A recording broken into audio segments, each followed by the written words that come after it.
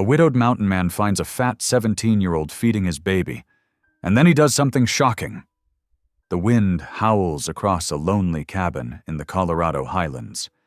A grieving man pushes open his door, only to see a teenage girl, ragged and trembling, holding his starving child to her breast. At first it seems unthinkable, but in a land where mercy is scarce, one desperate choice changes everything. Soon, whispers race through the dusty town. Church bells toll. Boots slam against the boardwalk. A preacher thunders about sin, and a drunken father rides in, demanding his daughter back, claiming she was never free to begin with. Now, the mountain man must choose: protect the girl who saved his baby, or lose everything to law, gossip, and blood ties. In a world where justice bends to power and faith is tested by fire, will mercy be their downfall or their greatest redemption? Drop a comment below and share which part of the world you're tuning in from today. If you enjoy stories like this, don't forget to subscribe for more. The late afternoon sun cast long shadows across the snow-covered ridge as Enzo Boone trudged homeward, his boots breaking through the deep drifts with each labored step. His shoulders ached from hours of swinging his axe, and splinters from the felled timber had worked their way through his worn leather gloves. The cold bit at his face, but he barely noticed anymore. Winter had long since numbed him to more than just the chill. His line shack stood dark against the gathering dusk, a humble structure of rough-hewn logs that barely deserved the name home. Smoke curled from the chimney, which struck him as odd. He'd banked the fire low before leaving that morning, knowing his infant son would sleep most of the day in his makeshift cradle lined with rabbit furs. The baby. His heart quickened as he thought of little Joseph, alone for hours. The boy's mother, Sarah, would have known how to care for him proper. But Sarah was gone now, taken by fever just weeks after bringing their son into the world. Enzo's throat tightened, as it always did when he thought of her. As he drew closer to the shack, something seemed different. A warm glow spilled from the window, stronger than it should be. His steps slowed, and his hand moved instinctively to the rifle slung across his back. Years in the mountains had taught him caution. Survival depended on it. The crunch of his boots in the snow seemed too loud in the stillness. He crept toward the door, his breath forming clouds in the frigid air. No tracks marked the snow around the shack except his own from that morning, now half filled by the day's light snowfall. But someone was inside. He could sense it. Enzo's heart hammered against his ribs as he eased the door open, wincing at the familiar creak of rusted hinges. The scene that greeted him stopped him cold in his tracks. A girl sat in Sarah's old rocking chair by the fire, his son cradled in her arms. She was young, couldn't be more than 17, and wore a dress that had seen better days, its fabric worn thin and patched in places. Her round figure filled the chair completely, and her dark hair hung loose around her face as she gazed down at the nursing child. The rifle was in his hands before he realized he'd moved. "What in God's name are you doing in my house?" The girl's head snapped up, her eyes wide with fear. She clutched Joseph closer, protective rather than threatening, but Enzo's finger still tightened on the trigger guard. I heard him crying," she stammered, her voice barely above a whisper. "Been crying for hours, sir. I was passing by and I couldn't just leave him." Her lower lip trembled. "He was hungry, so hungry, I only meant to help." Enzo's gaze darted between her face and his son, who was indeed nursing contentedly. The boy had been failing to thrive on the goat's milk Enzo had been feeding him, growing thinner despite his father's best efforts. Now, for the first time in weeks, Joseph looked peaceful. "Your name," Enzo demanded, the rifle still trained on her, and speak plain about how you came to be here." "Vivian May, sir." She swallowed hard, but met his eyes. "My father. He traded me to a man for whiskey 2 days ago. I ran before anything could happen. Been walking since then, staying off the main trails." Tears welled in her eyes. "I heard the baby's cries from the road below, followed the sound up here. The door wasn't locked, and when I saw him—" She glanced down at Joseph. "I know I shouldn't have entered uninvited, but he needed help. I still have milk, you see. Lost my own baby 3 months ago." The pain in her voice rang true, and something in Enzo's chest constricted. He lowered the rifle slightly, but didn't set it aside. "You expect me to believe you just happened by?" "No, sir, I don't expect anything." Vivian's voice grew stronger, though her hands shook. "But it's God's honest truth. I can go as soon as he's finished eating, if you want, though." She hesitated. "He'll likely need feeding again before long." Enzo studied her face in the flickering firelight. Fear showed there, yes, but also a quiet determination. Her clothes were trail dusty but clean, where they weren't worn through. Most telling was the gentle way she held Joseph, supporting his head just so, like she knew what she was about. The fire popped, sending sparks up the chimney, and Joseph stirred but didn't wake. The familiar ache of helplessness washed over Enzo as he watched his son. He'd been losing the battle to keep the boy healthy, and he knew it. Pride warred with desperation in his chest. With deliberate movements, he crossed to the rough-hewn table and set the rifle down with more force than necessary. The sound echoed in the small space. "There's beans in that pot by the fire," he said gruffly, jerking his chin towards the cookware. "Once you've finished with my boy, you'll sit at this table and tell me everything. Every detail of how you came to be here, and what you plan to do next." He pulled out one of the mismatched chairs. "And don't think about running. Night's coming on, and there's wolves in these hills." Vivian nodded, relief flooding her features. "Yes, sir. Thank you, sir." "Enzo?" he corrected, suddenly uncomfortable with the formality. "Enzo Boone, and that there's Joseph." "He's beautiful," Vivian said softly, brushing a finger across the baby's cheek. "Strong, too. Just needed proper feeding is all." Enzo turned away, busying himself with getting bowls and spoons, trying to ignore how right she looked in Sarah's chair, how naturally she tended to his son. The familiar grief rose up, threatening to choke him, but he pushed it down. Right now he needed answers, needed to figure out what to do about this girl who'd appeared like some strange answer to an unspoken prayer. He stirred the beans, letting the mundane task calm his racing thoughts. The fire's warmth began to thaw his cold, stiffened muscles, and the domestic sounds behind him, Vivian's soft humming, Joseph's contented sighs, created an illusion of normalcy that both comforted and disturbed him. "He's asleep now," Vivian announced quietly. "Where shall I put him?" "Cradle's there by the wall," Enzo replied, without turning. He heard her rise, her steps careful and slow, followed by the gentle rustle of blankets as she settled Joseph. "The furs are a clever touch," she observed. "Keeps him warm better than cottonwood." "Learned that from the Ute," Enzo said, then wondered why he was explaining himself to this stranger. He filled 2 bowls with beans and set them on the table with more force than necessary. "Sit." Vivian settled into the chair across from him, her movements careful, as though she feared startling him.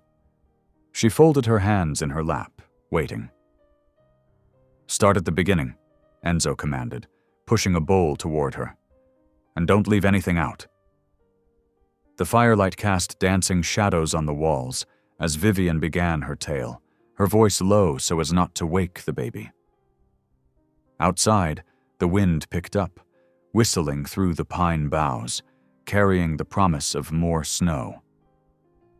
Inside, two strangers sat across a scarred table, sharing a meal and circling warily around the truth that both their lives had just changed irrevocably.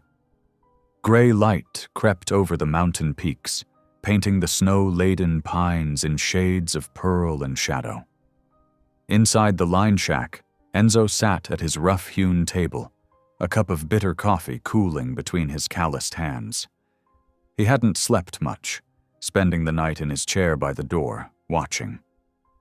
Vivian May rocked Joseph in Sarah's old chair, her soft humming filling the cramped space. The tune was unfamiliar, something about flowers in spring, but it settled the boy like nothing else had since his mother passed. Enzo's chest tightened at the sight. "Your father," he said abruptly, breaking the morning quiet. "Tell me more about him."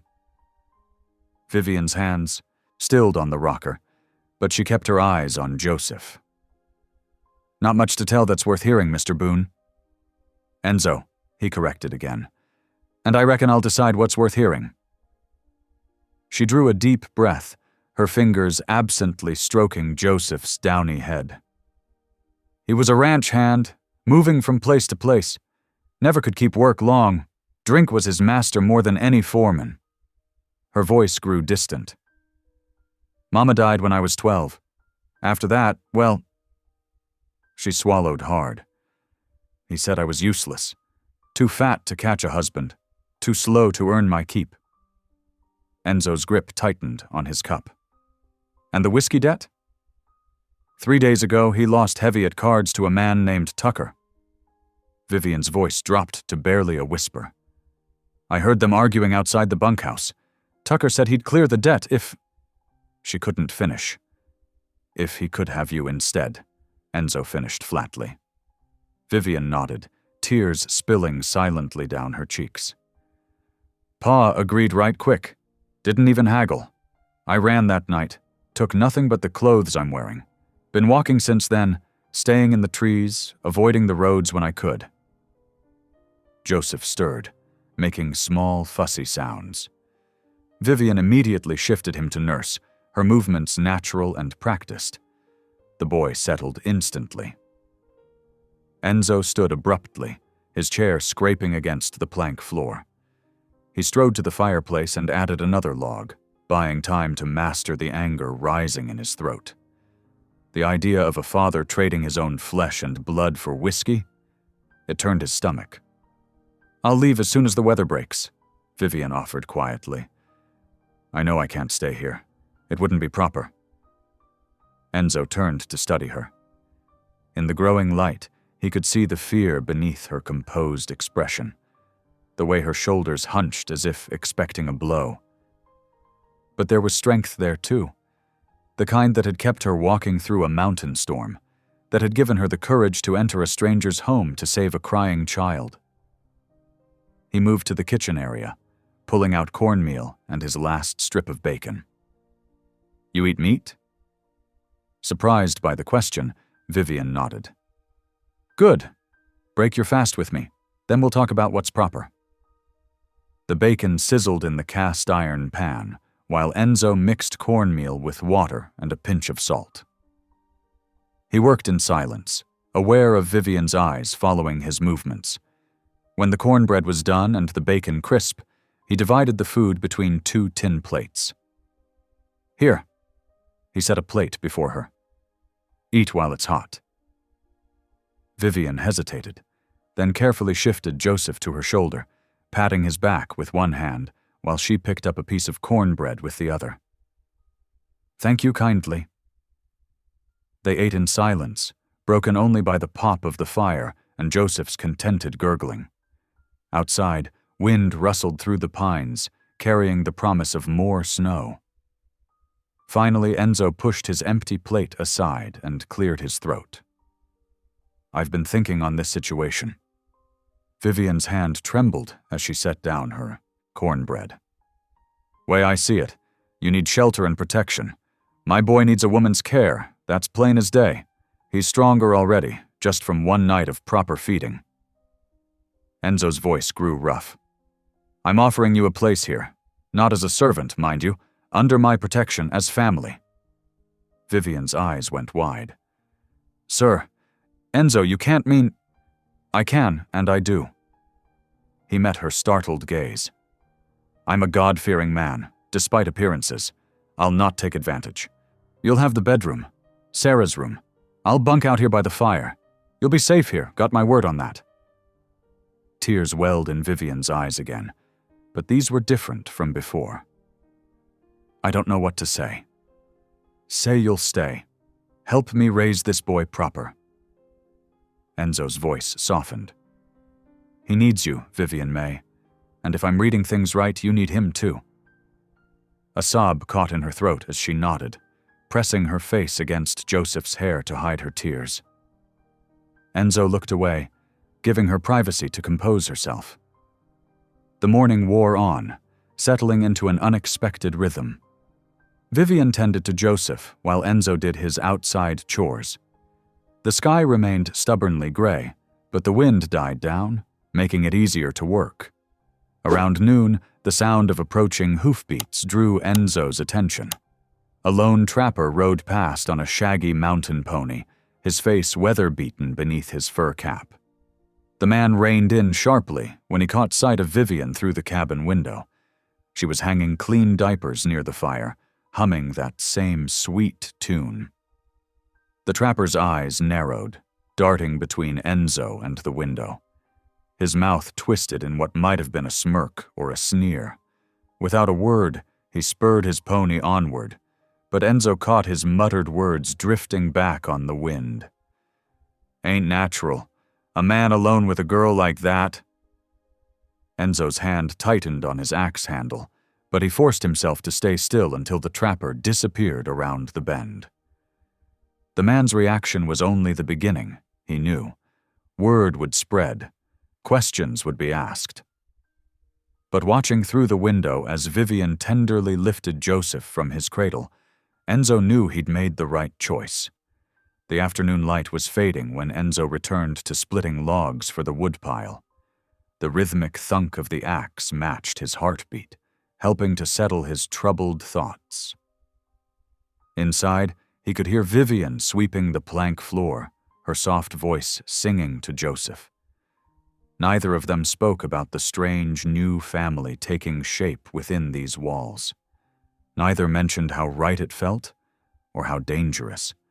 They simply went about their tasks, pretending not to notice how perfectly they fit into the spaces of each other's broken lives. The axe rose and fell.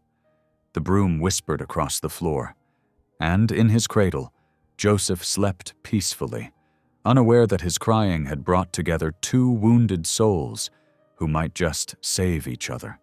Evening settled over the mountain ridge, bringing with it a bitter wind that rattled the cabin's shutters.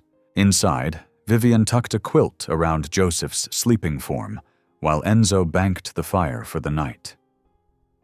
Neither could have guessed how quickly word would spread through the scattered homesteads, or how sharply judgment would fall. Morning brought the first visitor. Mrs. Hanlon's ancient wagon creaked up the snowy path just as Vivian finished changing Joseph's cloth diaper.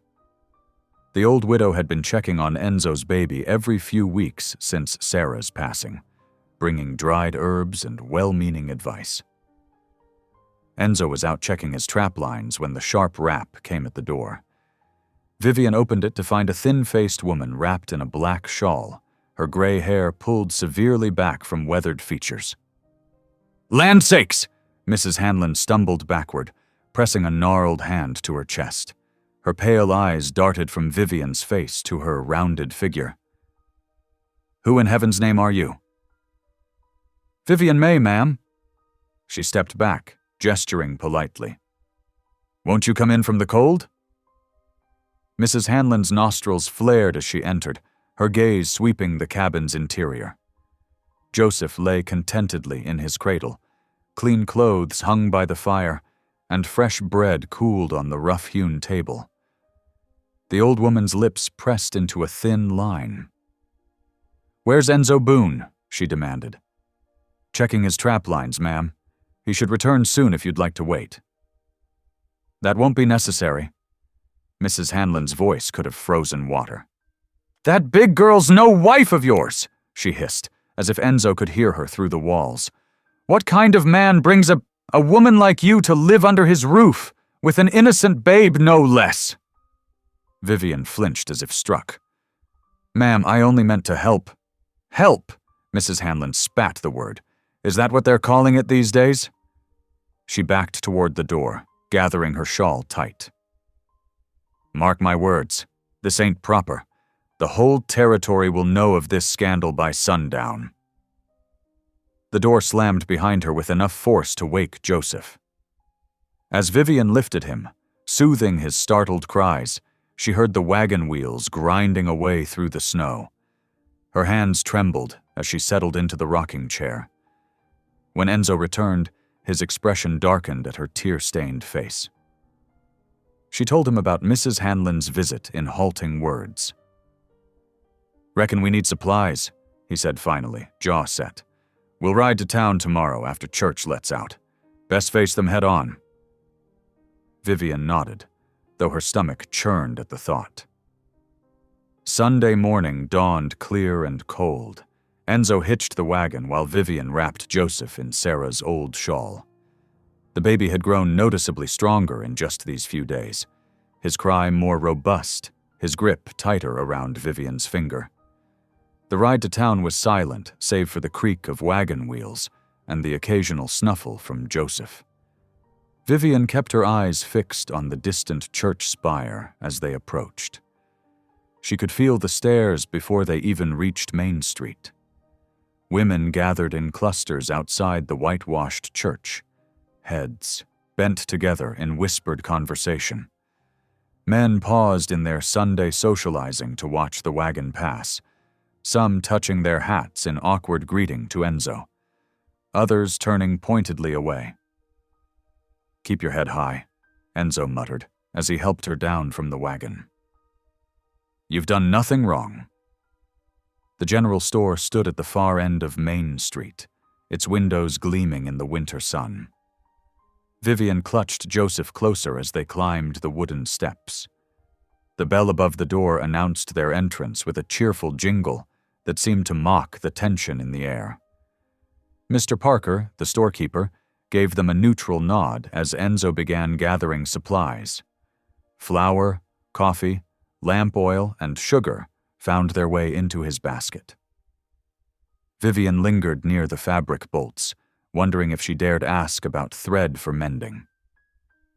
The bell jingled again. A tall man in a black coat entered, his clerical collar stark against his throat. The traveling preacher's sharp eyes found Vivian immediately. Mr. Boone, he said, voice carrying to every corner of the store. I had hoped to speak with you about a matter of grave concern.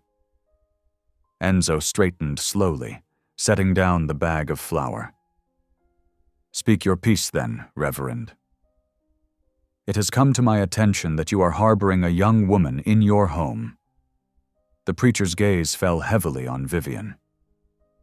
One who has taken it upon herself to nurse your child without the sacred bonds of matrimony. Heat flooded Vivian's cheeks. Joseph stirred against her shoulder, perhaps sensing her distress. That baby needed care, she said softly, surprising herself by speaking up. He was failing without his mama's milk.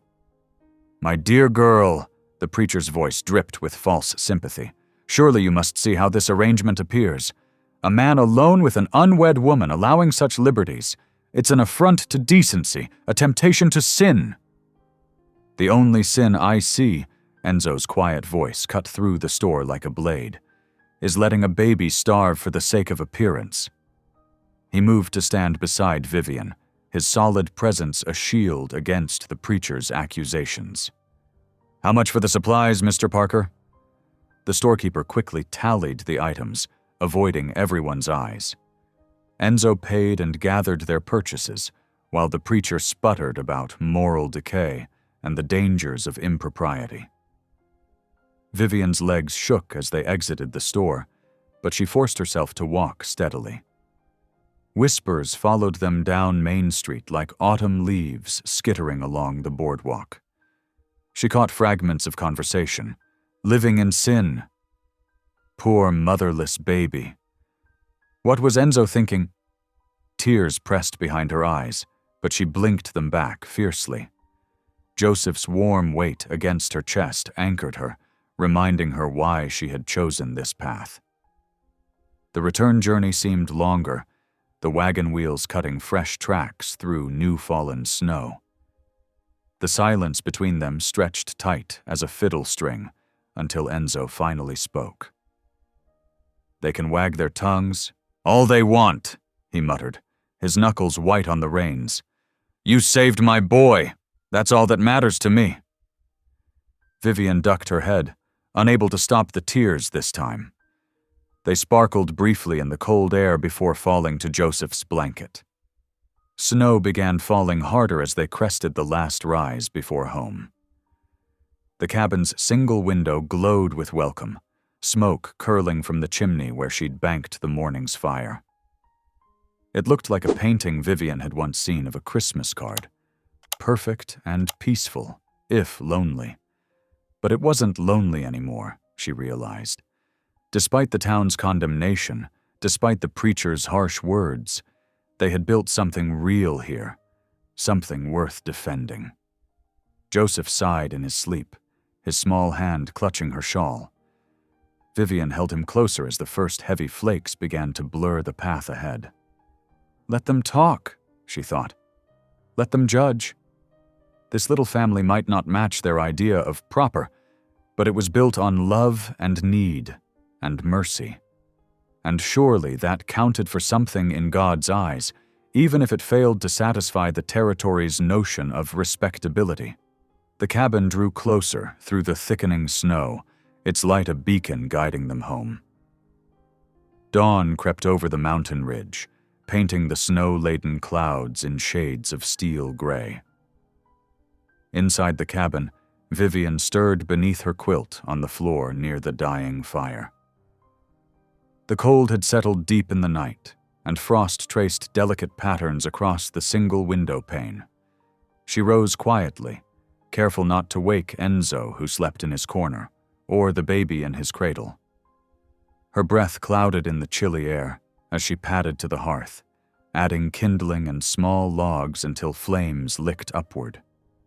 The familiar morning routine brought comfort after yesterday's ordeal in town.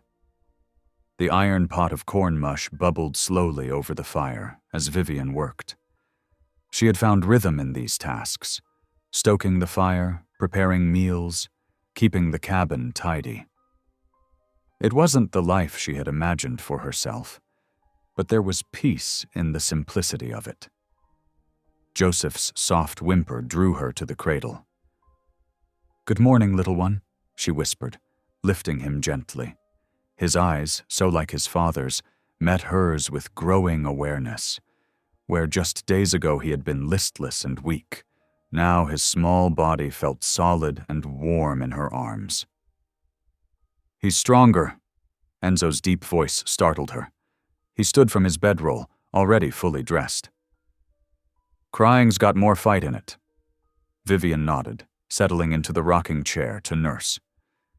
"His eyes are brighter too, and look how he grips my finger now." Enzo watched them for a moment, his expression softening before he turned to pull on his heavy coat. "Storm's building. Need to get more wood split and stacked before it hits proper." The day settled into what had become their pattern. Enzo worked outside, the steady thunk of his axe carrying through the walls. Vivian kept the fire fed, hung Sarah's faded quilts to air, and worked on mending Enzo's spare shirt. The patches might not have been pretty, but they would hold. By afternoon, the promised storm arrived in force. Wind howled around the cabin's corners, driving snow into drifts that crawled up the walls. Enzo came in with the last armload of wood, snow crusting his beard and shoulders. "Might be stuck inside a spell," he said, stamping his boots. "That's a proper blizzard brewing." Vivian nodded, stirring the pot of venison stew she'd started, We've enough supplies to wait it out, I reckon. As evening drew in, they sat by lamplight after supper. Joseph dozed in his cradle while Vivian darned socks. She found herself watching Enzo as he cleaned his rifle, his movements sure and practiced. A leather-bound ledger lay unopened on the table beside him. "Do you need to record today's pelts?" she asked softly. Enzo's hands stilled on the rifle. "Don't much bother with that anymore." "I could help," Vivian offered. "I know my letter's pretty good. Used to read to Mama before she passed." Surprise flickered across Enzo's weathered face. "You can read and write?" "Yes, sir. Mama taught me from her Bible. I can figure sums, too." Enzo was quiet for a long moment, his eyes on the ledger. "Never learned myself," he admitted finally. "Sarah, she kept the books. Since she's been gone?" He trailed off, pain etching deeper lines around his mouth. "I'd be happy to help," Vivian said gently. "Keeping accounts proper is important." Before Enzo could respond, a knock at the door cut through the howling wind. They both froze, exchanging startled looks. Who would be out in such weather? Enzo grabbed his rifle, moving cautiously to the door. "Who's there?" "Wachi," came a woman's voice, accent thick but clear. "Please, storm very bad." Enzo hesitated only briefly before lifting the bar. The door swung open on a gust of snow and wind, revealing a native woman wrapped in a snow-covered blanket. Her face was lined with age and hardship, but she held herself with quiet dignity. Come in," Vivian said quickly, rising to help the woman inside. "You must be frozen through." Wachi moved gratefully towards the fire, her movements stiff with cold. As she held her hands out to the flames, Vivian noticed angry blisters across her palms. "Your hands," she exclaimed softly. "Let me tend those for you." "Much walking," Wachi explained as Vivian gathered supplies. "Many days. Agent man say treaty paper lost. Cannot prove my land claim now." Enzo's jaw tightened as he ladled out a bowl of stew. "Government men always losing papers when it suits them." "My husband was scout for army," Wachi said, accepting the bowl with a nod of thanks. "He die helping white soldiers. They promise our land safe. Now they say no proof. Must leave." Vivian carefully smoothed salve over the woman's blistered palms. "That's not right," she said, her voice firm despite its softness. "There must be other copies of the treaty somewhere. Records in Denver, maybe?" "Cannot read white man's writing," Wachi said. "Cannot prove what they promise." "I can read," Vivian said, wrapping clean cloth around Wachi's hands. "I could help you look through the papers, help you write letters to the Indian agent." Wachi studied her face intently. "You would do this? Help stranger?" "You're not the only one who's been treated unjustly," Vivian replied, her eyes briefly meeting Enzo's across the room. "Sometimes folks need to stand together." Enzo set his rifle aside and pulled up another chair. "Tell us more about this land claim," he said, his gruff voice gentler than Vivian had yet heard it. "Start from the beginning." The storm raged on outside, but inside the cabin grew warm with shared purpose. Wachi spoke of her husband's service, of promises made and broken, of her determination to hold on to the land that had been her people's home for generations. Vivian listened intently, asking careful questions about dates and names, already forming plans to help. As the evening wore on, Enzo found himself watching the two women talk by firelight. Vivian's face was animated as she discussed ways to prove Wachi's claim, her earlier shyness forgotten in her desire to help.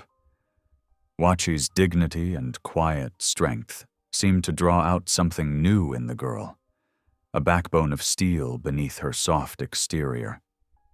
The walls he had built around his heart since Sarah's death felt less solid somehow, watching them. Perhaps it was time to let them crumble. Joseph stirred in his cradle, drawing Vivian away from the conversation. She lifted him with practiced gentleness, and Wachi's expression softened as she watched. "You have good heart," the older woman said. "Both of you, taking in those who need shelter." Enzo cleared his throat, suddenly finding the fire very interesting. But he couldn't deny the truth of it. His lonely cabin had become something else entirely in the past few days, something that felt dangerously close to home. Morning sunlight streamed through the cabin's frosted windows, painting golden patterns on the rough-hewn floor. The storm had blown itself out during the night, leaving behind a pristine blanket of white that stretched as far as the eye could see. Wachi stood at the door, wrapping her mended blanket tighter around her shoulders. "Thank you for shelter," she said, her dark eyes moving from Vivian to Enzo. "For food, for kindness." Vivian pressed a small bundle into the older woman's hands. "There's dried meat and cornbread," she said softly. "And I wrote down the names and dates you told me about your husband's service. We'll find a way to help, I promise." Wachi's weathered face softened with gratitude. She reached out and squeezed Vivian's hand, then nodded respectfully to Enzo before stepping out into the crisp morning air. They watched until her figure disappeared into the tree line, her footprints a straight, determined line across the virgin snow. "You really think we can help her?" Enzo asked, closing the door against the cold. "Town. Folk ain't exactly kind to Indians, even ones with proper claims." Vivian lifted Joseph from his cradle, settling him against her shoulder. "We have to try," she said. "It ain't right what they're doing to her. If we can find the treaty papers or proof of her husband's service." "Might not be that simple," Enzo warned, but something in his voice had shifted. It wasn't quite approval, but it wasn't discouragement either. The days that followed settled into a rhythm sweeter than any Vivian had known. Each morning brought new tasks to master, new skills to learn. Enzo showed her how to milk the old nanny goat, his calloused hands demonstrating the proper grip and motion. "Gentle but firm," he explained, watching as she awkwardly positioned her hands. "Like this." He adjusted her fingers, and Vivian tried not to notice how warm his touch was, how it lingered a moment longer than strictly necessary. The goat, for her part, suffered Vivian's clumsy attempts with surprising patience. By the third morning, a steady stream of milk was hitting the bucket, and Vivian felt a surge of pride at Enzo's approving nod. While Vivian mastered the daily tasks of their small homestead, Enzo worked on a project of his own. The sound of his saw and hammer filled the afternoons as he carefully shaped pieces of pine into a proper cradle for Joseph. The old basket that had served until now was set aside as the cradle took shape. Sturdy rails and smooth, sanded edges, each piece fitted with careful precision. "It's beautiful," Vivian breathed when he finally brought it inside. Her fingers traced the simple but elegant curves he'd carved into the headboard. "Needed doing," Enzo mumbled, but she caught the pleased glint in his eyes as Joseph settled easily into the new bed. When Saturday arrived, they prepared for the trip into town. Enzo had pelts to trade, and Vivian was determined to visit the clerk's office about Wachi's land claim.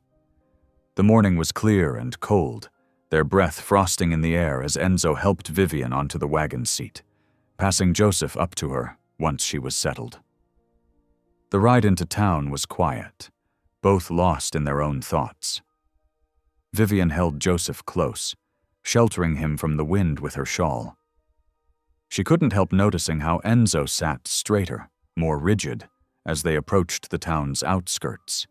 His usual easy strength seemed to harden into something more defensive.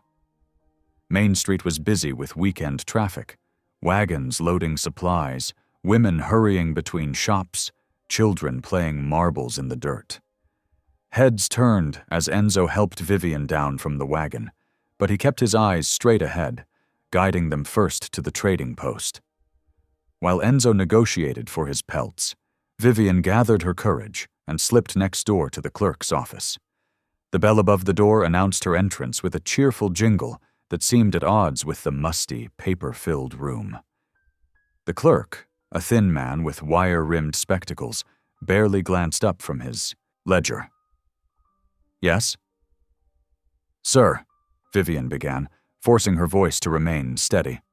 "I'm inquiring about land claim records, specifically treaties regarding Indian territories and—" "Indian treaties?" The clerk's voice dripped with condescension. "Those aren't public records, girl. Run along now. I'm sure you have washing or mending waiting." Vivian felt her cheeks burn, but she stood her ground.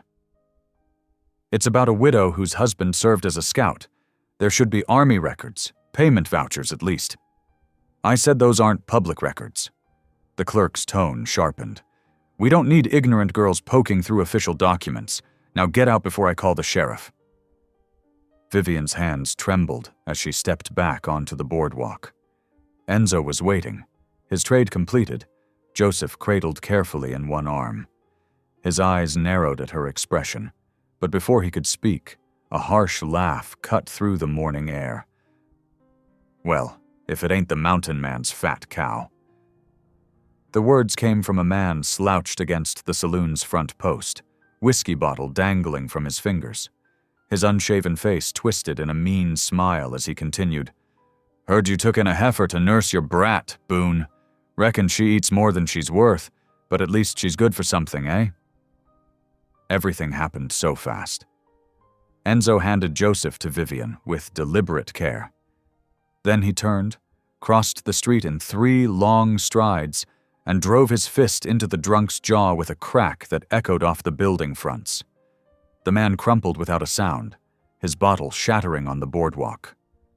Silence fell over the street. Everyone stared. The shopkeepers, the women with their baskets, the children with their marbles.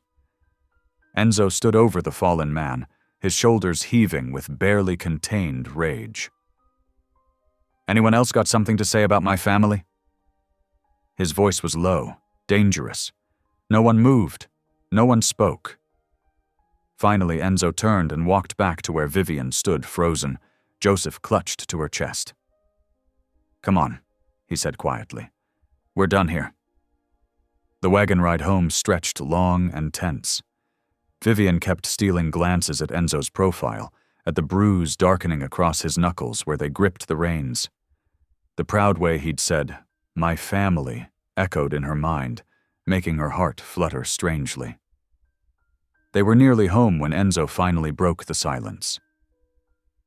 "Your family here," he muttered, eyes fixed on the road ahead. "Don't forget it." Vivian looked down at Joseph, sleeping peacefully in her arms, then at Enzo's bruised hand, then at the cabin appearing through the trees. Their cabin. Home. A smile tugged at her lips, small but real. "I won't forget," she whispered, and saw Enzo's shoulders relax just slightly as they turned up the final stretch of road. Sunday morning dawned clear and cold, the kind of crystalline winter day that made the mountains gleam like cut glass against the sky. Vivian stood before the cabin's small mirror, fussing with her best dress. Faded blue cotton that had seen better days but was still presentable. Her fingers trembled slightly as she pinned her hair. "You don't have to come," Enzo said from behind her, adjusting his clean shirt collar. He'd shaved carefully, though his usual stubble was already threatening to return. "Nobody'd blame you for staying home?" Vivian lifted her chin, meeting his eyes in the mirror's reflection. "Yes, I do," she said softly. "Running and hiding won't help. Besides," she managed a small smile, "Joseph needs the blessing." The baby, wrapped snugly in his warmest blanket, cooed from his cradle as if in agreement. Enzo's expression softened as he lifted his son, tucking him securely against his chest. "Reckon you're right about that," he conceded. The wagon ride to town was quiet, broken only by Joseph's occasional babbling and the steady crunch of wheels on packed snow.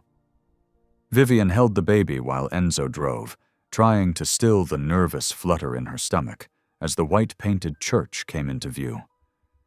They weren't the first to arrive, but they weren't the last either. Enzo helped Vivian down from the wagon with careful courtesy, ignoring the sideways glances from church members filing past them up the steps. A few women nodded politely. Mrs. Peterson, who'd lost 3 children to fever last winter, and young Mrs. Carter, whose husband worked the stage line. Their quiet acknowledgement gave Vivian courage as she followed Enzo into the church. They chose a pew near the back, but there was no hiding in the small sanctuary. Vivian felt the weight of stairs as she settled Joseph in her lap, his dark curls peeking out from the blanket. Enzo sat beside them, his shoulder nearly touching hers, a solid presence that somehow made the whispers easier to bear. The service began with familiar hymns, the pump organ wheezing slightly as Mrs. Peterson played. Vivian sang softly, remembering Sunday mornings in her childhood when faith had seemed simpler. Joseph dozed against her chest, lulled by the music and the warmth. But then Reverend Shaw took his place behind the pulpit, and Vivian's momentary peace shattered at the steel in his voice. "Today," he announced, "we shall speak of purity." His eyes swept the congregation, lingering pointedly on their pew. "Of God's commandments regarding proper behavior between men and women, and the sacred nature of family bonds." What followed was less a sermon than a thinly veiled rebuke. The preacher spoke of loose women who led men astray, of children raised without proper Christian guidance, of the importance of marriage and reputation. Each word felt like a stone, piling higher and higher. Vivian's cheeks burned. She stared straight ahead, refusing to let her tears fall, though her vision blurred. Beside her, she felt Enzo stiffen, his jaw clenched tight enough to crack walnuts. But he didn't move, didn't speak, just sat straighter, as if daring anyone to challenge their right to be there. When Joseph began to fuss, Vivian almost welcomed the excuse to step outside. But Enzo's hand touched her arm, gentle but firm. "Stay," he whispered. "We ain't done nothing wrong." So she stayed, soothing the baby with soft pats while Reverend Shaw finished his tirade. When the final hymn was sung and the benediction given, Vivian expected Enzo to hurry them out. Instead, he stood calmly, waiting as she gathered Joseph's things. Outside on the church steps, clusters of people gathered to chat as they always did after service. The whispers were obvious now, less guarded. "Shameful," someone muttered. "Living in sin," came another voice. But then something unexpected happened. Mrs. Peterson paused on her way past, touching Vivian's arm. "That's a fine, healthy boy you're raising," she said clearly, loud enough to be heard. "God bless you for taking him in." Young Mrs. Carter nodded agreement as she passed. "The baby looks well-fed and happy. You're doing right by him." Their words were simple, but their meaning clear. Not everyone shared the preacher's harsh judgment. Vivian blinked back tears, different ones this time, as more women offered subtle signs of support, a smile here, a nod there. Not many, but enough to matter. The ride home was quieter than the journey in, but the silence felt different. When they reached the cabin, Enzo took Joseph inside while Vivian changed out of her church clothes. She emerged to find him building up the fire, the baby already settled in his cradle. "I need to write that letter," she said, determination threading through her voice. "For Wachi, before I lose my nerve." Enzo watched as she gathered paper, ink, and pen from the small shelf where she kept them. She sat at the rough-hewn table, spreading everything carefully before her. Her hand was steady now as she began to write, recording Wachi's story in clear, careful script. "To whom it may concern, she read aloud as she wrote. I write on behalf of Mrs. Watchie Blackfeather, widow of Scout James Blackfeather, who served faithfully with the United States Army from 1873 to 1876. Enzo moved closer, fascination clear on his face as the words appeared on the page. Vivian detailed the treaty promises, the documented service, the land that should rightfully belong to Watchie's family. Her penmanship was neat, her arguments clear and respectful, but firm. I never knew letters could do that, Enzo said softly. Make things right, maybe. Make people listen. Words have power, Vivian replied, not looking up from her task. When they're true ones, anyway. Joseph chose that moment to wake, his cry sharp with hunger. Vivian set down her pen and went to him, lifting him with practiced tenderness.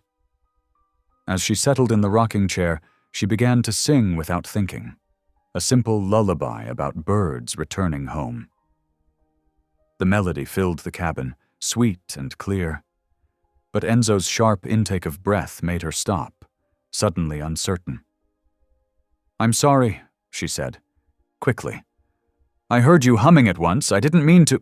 Sarah used to sing that, he said roughly, to help him sleep. Oh. Vivian's heart ached. I'll stop. No. Enzo's voice was hoarse. Please, keep singing. So she did, rocking slowly as the familiar tune wrapped around them both. Joseph's eyes grew heavy, his small fingers curled against her dress. When the song ended, the silence felt full of something unnamed but precious. You saved us both, Enzo said finally, his words barely above a whisper. Me and the boy. We were drowning in quiet and grief, and you... He stopped, swallowed hard. Thank you, for bringing life back. Vivian couldn't speak past the lump in her throat. She watched as Enzo crossed to the cradle, taking Joseph's sleeping form from her arms with infinite care. He tucked the blanket around his son, his touch gentle as a prayer. The fire crackled softly as Vivian returned to the table. She folded the finished letter carefully, sealing it with a drop of wax. Tomorrow she would mail it, and perhaps set something right in the world.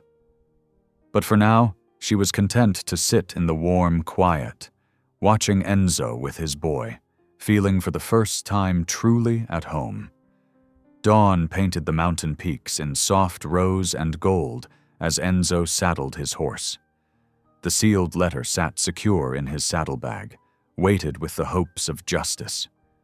He glanced back at the cabin where Vivian stood in the doorway, Joseph bundled against her chest. Mind you don't let that fire die, he called, swinging into the saddle. The morning air bit sharp and clean, his breath frosting in small clouds. We'll manage just fine, Vivian answered, a smile warming her voice. Won't we, little one? She bounced Joseph gently, drawing a happy gurgle from the baby. Enzo's chest tightened at the sight. He touched his hat brim and turned his horse toward town, trying to shake off the strange ache that lingered. The hoofbeats fell into a steady rhythm as he rode, matching the tumble of his thoughts. The town was stirring to life when he arrived, shop doors opening, women sweeping sidewalks. A few people nodded as he passed. Others turned away. The whispers had died down some since his defense of Vivian, but suspicion still simmered beneath the surface. At the post office, old Mr. Jenkins peered at the letter's careful address through his wire-rimmed spectacles. Land petition, eh? He weighed it in his weathered hand. Ain't seen many of those get answered. This one will, Enzo said firmly, laying down the postage. He watched as Jenkins added it to the outgoing mail pouch, making sure it wasn't set aside or forgotten. The return journey seemed longer, his mind full of Watchie's dignified determination and Vivian's quiet strength as she'd written the petition. The sun climbed higher, burning off the morning frost as he crested the final ridge. The sight that greeted him made him rein up short. Vivian was on the cabin's small porch, wielding her broom with cheerful energy. She'd tied her hair back with a faded ribbon, and her skirts swished as she worked. Near her feet, Joseph lay in the cradle Enzo had built, kicking his feet and babbling at the dancing shadows of aspen leaves. It was such a simple scene. A woman sweeping, a baby playing, morning light spilling across weathered boards. But something about it struck Enzo like a physical blow. For a moment, he couldn't breathe past the memories that surged up. Sarah hanging wash in the yard, Sarah rocking their newborn son, Sarah's smile fading as the fever took her. "Mr. Boone?" Vivian had spotted him. "Is everything all right?" He realized he'd been sitting motionless in the saddle. "Fine," he managed, dismounting with less than his usual grace. "Letters safely sent." Vivian's face brightened. "Wachi will be so pleased.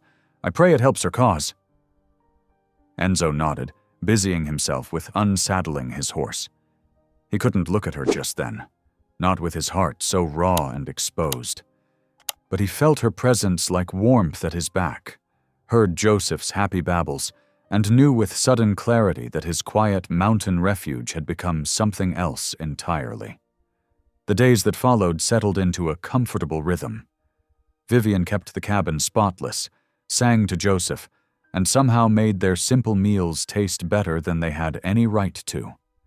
Enzo found himself lingering over breakfast, watching her teach Joseph to grasp a wooden spoon, listening to her quiet humming as she worked.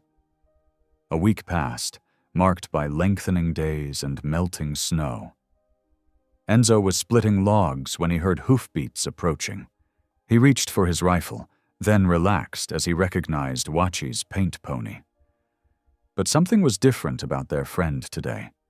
Wachi's usual reserved expression had been replaced by a rare smile, and she clutched a piece of paper in her hand as she dismounted. "They will hear me," she announced without preamble. "The agency clerk has granted a council meeting." Vivian rushed out at the news, Joseph on her hip. "When? What did they say?" "Next week." Wachi handed over the official response. "They require witnesses to speak for my character and claim." Her dark eyes met Enzo's. "Will you stand with me?" Enzo straightened, axe forgotten in his hands. To publicly support a Ute widow's land claim, it would draw more attention than they'd already faced. But he remembered Wachi's quiet dignity as she spoke of her late husband's service, her determination to hold on to what was rightfully hers. "I reckon I will," he said slowly. "Ain't right. What was done to your family? Time somebody said so." Vivian beamed at him, and something in his chest loosened at the pride in her eyes. "You must stay for supper," she told Wachi. "I've got a stew simmering that could use sharing." The evening settled soft around them as they gathered at the table. The stew's rich aroma filled the cabin, along with something else Enzo hadn't felt in far too long, the warmth of friendship freely given. Wachi proved to be a gifted storyteller once she felt at ease. She spoke of her people's traditions, of sacred mountains and healing plants, of how her grandmother had taught her to read the weather in the dance of eagles. Her words painted pictures that had Vivian leaning forward, absorbed, while Joseph watched from his cradle with wide eyes. "The old ones say that when you share food with friends, you share strength," Wachi said, accepting a second helping of stew. "This meal gives good strength." Enzo found himself nodding. Without thinking, he bowed his head and whispered the grace his mother had taught him long ago. "Lord, we thank you for this food and them that share it." The words felt strange on his tongue after so many bitter years, but right somehow. When he looked up, he caught Vivian watching him with gentle understanding in her eyes. The conversation flowed easily after that, punctuated by genuine laughter, something Enzo couldn't remember hearing in his cabin since Sarah's death. Wachi spoke of her hopes for the council meeting, while Vivian offered encouraging words and practical suggestions about documentation. As the evening drew to a close, Joseph began to fuss. Vivian lifted him with practiced ease, settling into the rocking chair. The baby's eyes grew heavy as she hummed softly, her arms cradling him with such natural tenderness that Enzo's heart clenched. He watched them, unable to look away. The sight stirred something deep in his soul, longing for what he'd lost, fear of losing it again, and beneath both, a fragile hope he hardly dared name. Sarah's memory would always be precious, but perhaps there was room in his heart for new joy, new love. The thought terrified him, even as it drew him like a moth to flame. He forced himself to look away, to focus on helping Wachi gather her things for the ride home. But his gaze kept returning to Vivian and Joseph, to the picture they made of everything he'd never thought to have again. Dawn painted the mountains in pale gold as 3 riders set out from Enzo's cabin. The journey to town would take half a day, and tension rode with them like an unwelcome 4th companion.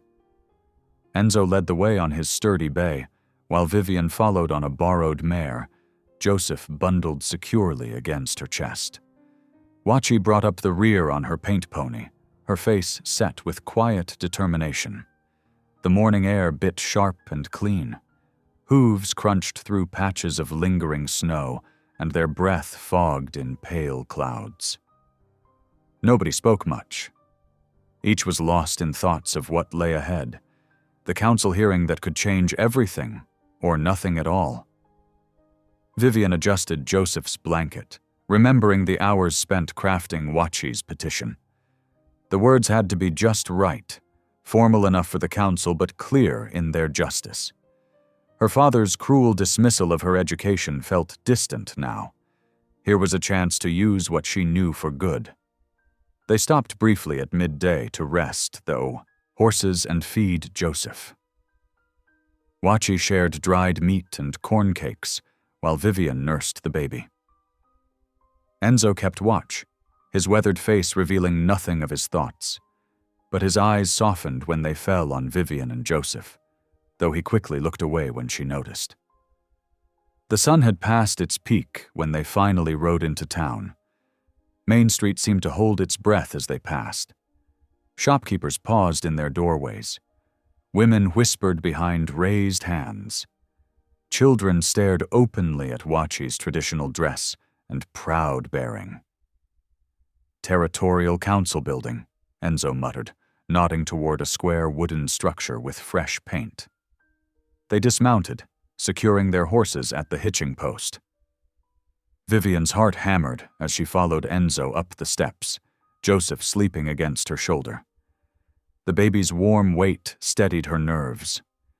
Inside, the council chamber was already half full. Ranchers in their Sunday best sat together, casting dark looks at Wachi. The council members, 5 stern-faced men, settled behind their raised desk with much throat-clearing and shuffling of papers. "Petition hearing for land claim dispute," the clerk announced. "Brought by—" He squinted at the paper. "Wachi, widow of Scout James Running Bear." Wachi stepped forward, head high. She placed her documentation on the table. The original treaty papers, her husband's service records, carefully preserved despite years of hardship. Vivian stood close behind, Joseph still sleeping peacefully, while Enzo's solid presence guarded their backs. A ripple of derisive mutters swept through the ranchers' section. "Ain't natural, letting Indians claim white folks' land," someone stage whispered. "And that fat girl helping her? Shame on Boone for keeping her around." Enzo's jaw clenched, but before he could react, the head councilman banged his gavel. "Order! We'll hear the petition now." Wachi began her testimony, her English clear and dignified. She spoke of her husband's service to the army, of promises made and broken, of her right to remain on lands her people had stewarded for generations. The council listened with impassive faces. The official petition, Wachi concluded, has been prepared by my friend, Miss Vivian May. Vivian stepped forward on shaking legs. Joseph stirred but didn't wake as she carefully unfolded the document. The room seemed to hold its breath as she began to read. Her voice trembled at first but grew stronger with each word. The carefully crafted sentences rang out, laying bare the justice of Wachi's claim. She had written of honor and promises, of a widow's right to security, of how keeping faith with allies strengthened all communities. As she read, something shifted in the room. The sneers faded. Even the hostile ranchers looked uncomfortable, hearing their own broken promises spelled out so clearly. The councilman leaned forward, actually listening. When Vivian finished, silence held for a long moment. Then the head councilman cleared his throat. "This is unusually well presented," he admitted. "The council will deliberate." They waited while the council members conferred in low voices. Vivian's legs felt weak. Enzo's hand brushed her elbow, steadying her. She gave him a grateful look and saw unexpected warmth in his eyes. Finally, the gavel banged again. "In the matter of Wachi's petition," the head councilman announced, "this council finds merit in certain points. While we cannot grant the full scope of lands claimed, we hereby acknowledge and protect her right to the 40 acres surrounding her current home site, with access to the creek water rights." An explosion of angry mutters erupted from the ranchers' section. "This is an outrage," one man shouted, rising to his feet. "You can't give Indian claims precedence over honest settlers." "Order!" The gavel crashed down. "This ruling stands. The creek access benefits all parties, and 40 acres is a fair compromise that honors both treaty obligations and current realities. This hearing is concluded."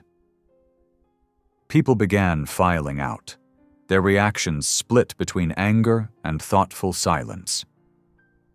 Wachi stood very still, dignity intact. It wasn't everything she'd sought, but it was something. Legal recognition, protected water rights, a foundation to build on. "Thank you," she said softly to Vivian. "Your words opened their ears, even a little." Vivian blushed as she noticed several townspeople watching her with new consideration. The whispers now held a different tone. She heard smart and brave mixed in with the usual comments about her size. Enzo's chest swelled with quiet pride as he observed the changing attitudes. This was the woman who had saved his son, who had brought life back to his home.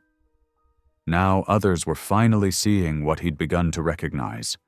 Her true worth had nothing to do with how she looked.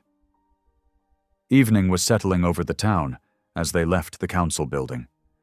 The spring air had turned cool, carrying the scent of cooking fires and approaching rain. Joseph was starting to fuss, ready for his own supper. "Best stay in town tonight," Enzo decided, eyeing the darkening sky. "Too far to ride back now." They found rooms at the small hotel, 2 adjacent chambers with clean beds and washstands. Wachi took one, while propriety demanded Enzo and Vivian share the other, with Joseph between them as always.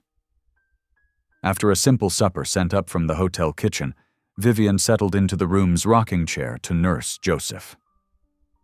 Enzo sat nearby on a straight-backed chair, his big hands oddly gentle as he cleaned his rifle.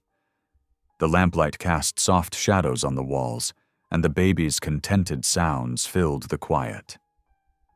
"Couldn't have done this without you," Enzo said suddenly, his voice rough with emotion. He kept his eyes on his work, but his words were clear. "What you did today, speaking up like that, making them listen, it was something special." Vivian's cheeks warmed at the praise. "I just wrote what was true," she murmured, stroking Joseph's downy head. "Wachi deserved to be heard." "You made them hear." Now Enzo did look up, his gaze steady across the lamplight. "Ain't many would have had that courage." their eyes held for a long moment. Something shifted between them, delicate as a butterfly's wing, but strong as steel. Vivian's heart beat faster, but she didn't look away. Neither did Enzo. Joseph's sleepy sigh broke the spell. Vivian carefully rose to lay him in the cradle, tucking his blanket just so. When she straightened, she found Enzo still watching her, that same warm intensity in his expression. They didn't need more words. The lamplight wrapped them in its gentle glow as they prepared for sleep, each aware of the other's presence, each feeling the quiet rightness of their strange little family, each knowing that something precious was growing in the space between them. Dawn painted the mountains gold as they headed home from town. The weather had turned gentle, spring finally softening winter's grip. Vivian held Joseph close in the saddle, his little face tucked against her shawl. Enzo rode beside them, scanning the trail ahead with practiced eyes. Back at the shack, life fell into its familiar rhythm. Vivian swept the rough plank floor while Enzo chopped wood outside, the steady thunk of his axe a comforting heartbeat. Joseph crawled on a quilt near the hearth, batting at wooden blocks Enzo had carved for him. "Need to check the rabbit snares," Enzo announced after lunch. He paused at the door, watching Vivian knead dough at the table. "Might be time you learned to handle a gun." Vivian's hands stilled in the flour. "Me? Can't always be around to protect you both." His voice was gruff but kind. "Woman ought to know how to defend herself out here." The spring afternoon stretched warm and golden as they walked to the meadow. Joseph napped in a basket under the shade of a young aspen. Enzo drew his Colt single-action revolver, its blued steel gleaming. First rule, always treat it like it's loaded. He demonstrated proper grip and stance. "Keep your finger off the trigger till you're ready to shoot." Vivian listened intently, her face serious. When he handed her the revolver, she nearly dropped it, startled by its weight. "Land sakes," she laughed, adjusting her grip. "It's heavier than I expected." "Steady now." Enzo's hands covered hers, adjusting her hold. "Line up these sights here. That's it." Her first shot went wide, making her jump, but Enzo was patient, showing her how to account for the kick. Soon she was hitting the tin can he'd set up more often than not. "You're a natural," he praised, and Vivian beamed with pride. The sun was setting when they returned to the cabin. While Enzo played with Joseph on the floor, Vivian settled in her rocking chair with her sewing. She was crafting a warm coat from an old blanket, her needle flashing in the firelight. "He's getting stronger every day," Enzo murmured, watching his son stack blocks with determination. "Thanks to you." Vivian ducked her head, but pleasure warmed her cheeks. The quiet moment stretched between them, comfortable as an old quilt. Through the window, spring stars were just beginning to shine. She had just set out bowls of beans and cornbread when they heard it, hoofbeats approaching fast. Enzo was on his feet in an instant, rifle in hand. Vivian scooped up Joseph, heart pounding as she backed towards the bedroom. The pounding on the door made the whole cabin shudder. "Open up, Boone. Deputy business?" Enzo opened the door to reveal Deputy Carl Hensley, looking uncomfortable but determined. Behind him swayed a figure Vivian had prayed never to see again, her father, rank with whiskey and hate. "There she is!" Her father's voice was thick and slurred. "That worthless girl of mine, hiding out here like a common whore." Vivian pressed herself against the wall, holding Joseph tight. The baby whimpered, sensing the tension. "Mind your tongue," Enzo growled, but the deputy stepped forward. "Mr. Boone, we've had complaints about you harboring a minor without guardian consent." Hensley's hand rested on his gun belt. "Her father here has legal right to take her home." "Home?" Vivian found her voice, though it shook. "He traded me for whiskey, left me to freeze." Her father spat on the floor. "You're my property, girl. Time to come home and earn your keep proper." "She ain't property." Enzo's rifle didn't waver. "She's family now." "That's not how the law sees it." The deputy's voice was firm, but held a note of regret. "She's under 18, and her father has custody. You've no right to keep her here. Could be jail time for interfering with parental rights." The fire crackled in the sudden silence.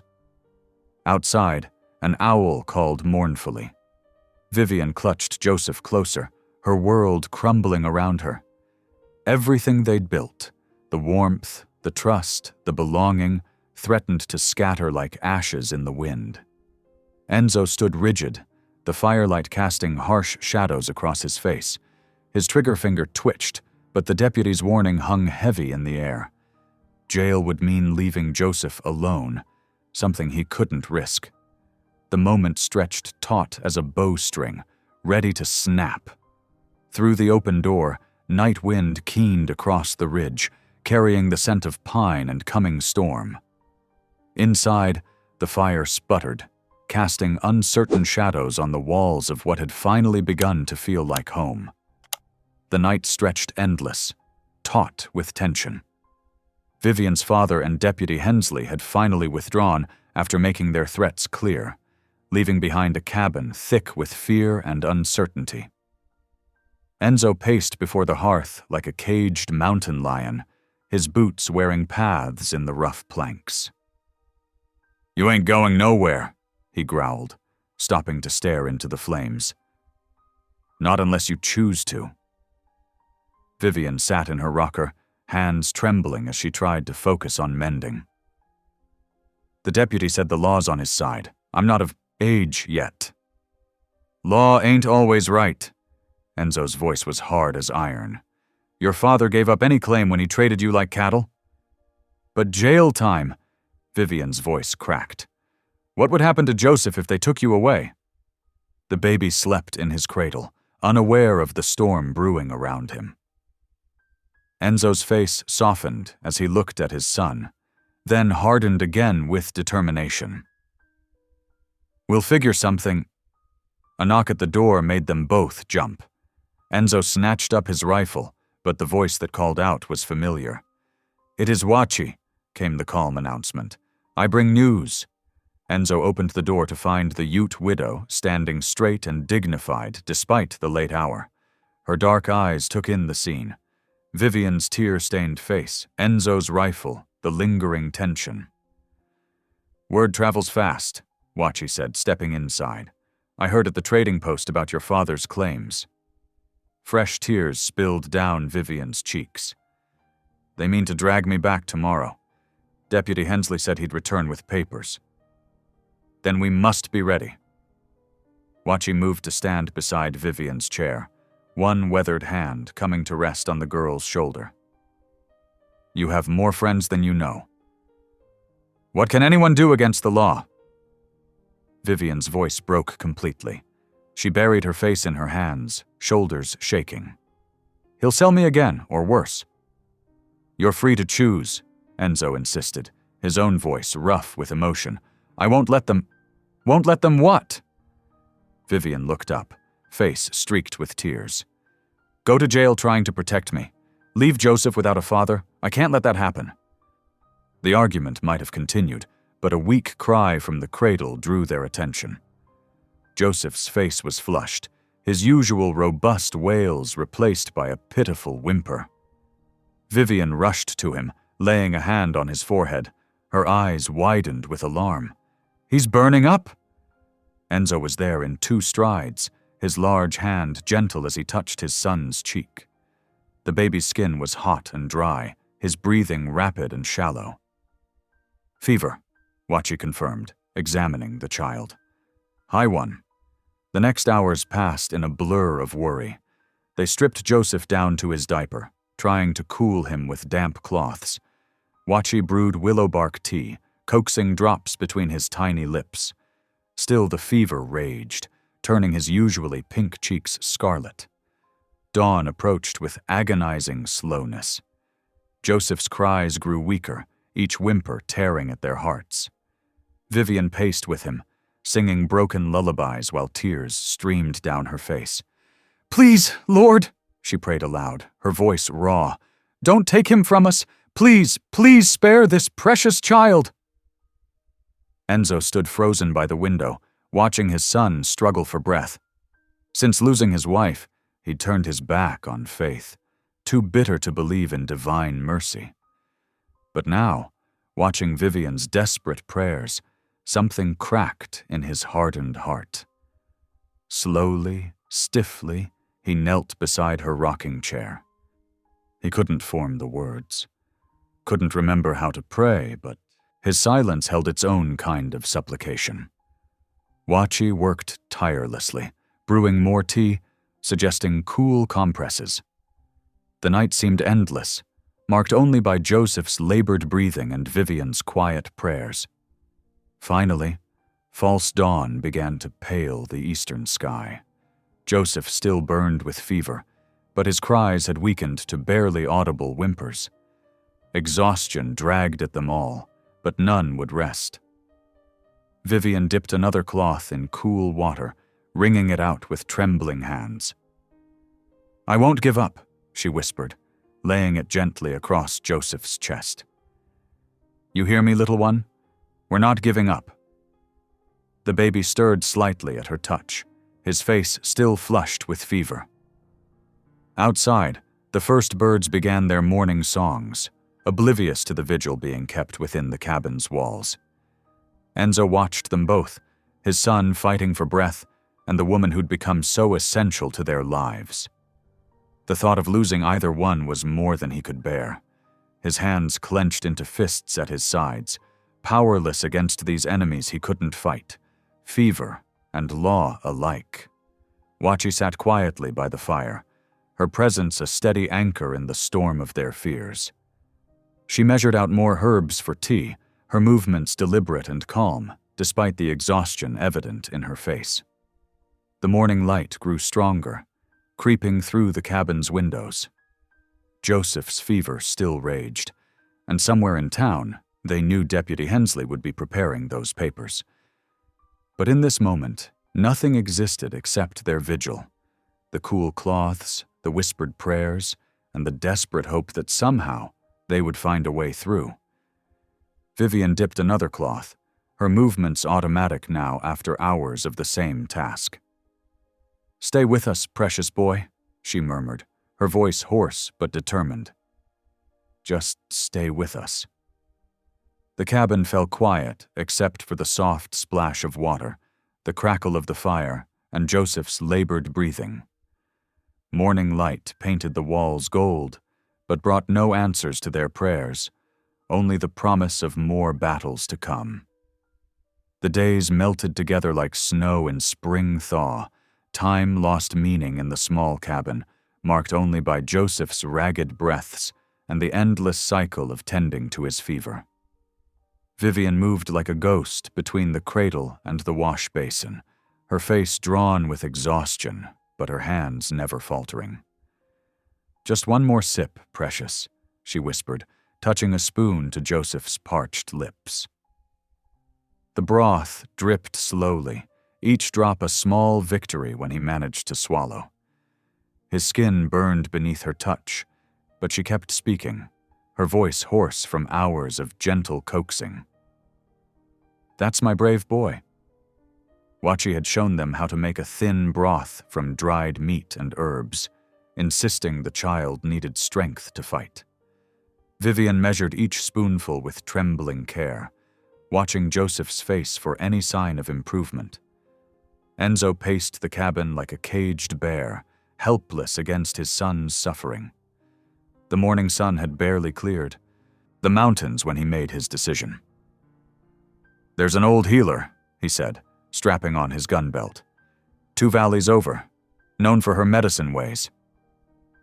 Vivian looked up from the cradle, dark circles beneath her eyes. "The snow's deep in the passes." "I'll make it." Enzo checked his rifle, then pulled on his heavy coat. "Keep him fighting till I return." The door closed behind him with a blast of cold air. Vivian heard him mounting up, then the sound of hoofbeats fading into the distance. She turned back to Joseph, dipping another cloth in cool water. "Your papa will bring help," she murmured, sponging the baby's flushed face. "Just hold on, little one." Hours crept by. Vivian sang every hymn she knew, her voice cracking but determined. She counted Joseph's breaths, praying over each one. When he cried, the sound was weak but precious, proof he still had strength to fight. The sun had crossed most of the sky when exhaustion finally overwhelmed her. She slumped in the rocking chair, Joseph cradled against her chest, both of them burning with fever heat. Her last conscious thought was a prayer, whispered into the baby's damp hair. The cabin door crashed open, startling her awake. Enzo stood in the doorway, snow crusting his coat, a leather pouch clutched in his hand. His eyes found them in the fading light, Vivian holding Joseph, both barely stirring. "Got the medicine?" he said roughly, crossing to them in 2 long strides. His cold fingers brushed Vivian's cheek, then Joseph's forehead. "You're burning up yourself, girl." "Had to keep him warm," Vivian mumbled, trying to focus through her exhaustion. Enzo's face softened as he looked at them. Without a word, he gathered both Vivian and Joseph into his arms, settling them against his chest. His coat was cold from the mountain wind, but his embrace was gentle. "You saved us before," he whispered into the quiet cabin. "When you heard him crying that first day. Save us again, Vivian. Please." She felt tears on her cheeks, but couldn't tell if they were hers or his. Joseph stirred between them, making a small sound of distress. Together they tended him through the night, brewing the healer's herbs into tea, counting each precious swallow. Dawn broke clear and cold. Vivian had just changed Joseph's wet cloth when hoofbeats approached. Many horses, moving with purpose. Her heart clenched as she recognized the sound of law coming to call. Enzo was already at the window, rifle ready but not raised. "Deputies brought half the town," he reported grimly. Vivian clutched Joseph closer, her tired mind racing. "What do we do?" Before Enzo could answer, Deputy Hensley's voice rang out. "Boone, bring the girl out.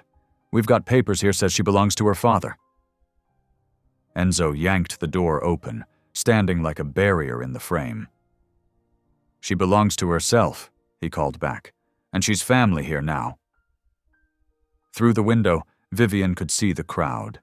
Deputy Hensley looking uncomfortable but determined, her father swaying drunk in his saddle, and behind them, faces she recognized from town.